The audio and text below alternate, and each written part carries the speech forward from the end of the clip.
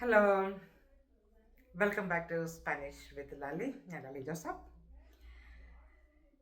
നമുക്കിന്നൊരു പുതിയ വീഡിയോയിലേക്ക് കിടക്കാം. ഇന്ന് നമ്മൾ പഠിക്കാൻ പോകുന്നത് തക്കാളി സാലഡ് അല്ലെങ്കിൽ ടൊമാറ്റോ സാലഡ് എങ്ങനെയാണ് സ്പാനിഷിൽ പറയുന്നത്.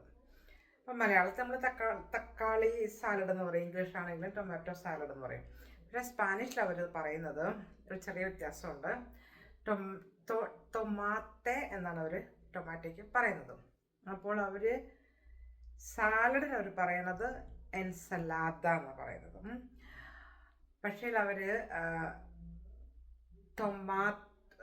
ആദ്യം അവർ എൻസലാദ പറയും, എൻസലാദ ദേ ടൊമാറ്റെ. മനസ്സിലായോ? അപ്പോൾ ശരിക്കും അത് നമ്മൾ ട്രാൻസ്ലേറ്റ് ചെയ്യുമ്പം സാലഡ് ഓഫ് ടൊമാറ്റോ എന്നൊക്കെ ആവും. ദേ എന്ന് പറഞ്ഞാൽ ഓഫ് എന്നാണ്. പക്ഷേ അതിൻ്റെ അർത്ഥം ടൊമാറ്റോ സാലഡ് എന്നാണ്. അവർ അതിൻ്റെ ഇടയ്ക്ക് ഒരു ദേ കൂടെ ആഡ് ചെയ്യും. എൻസലാദ ആദ്യം പറയും, എൻസലാദ ദേ ടൊമാറ്റോ.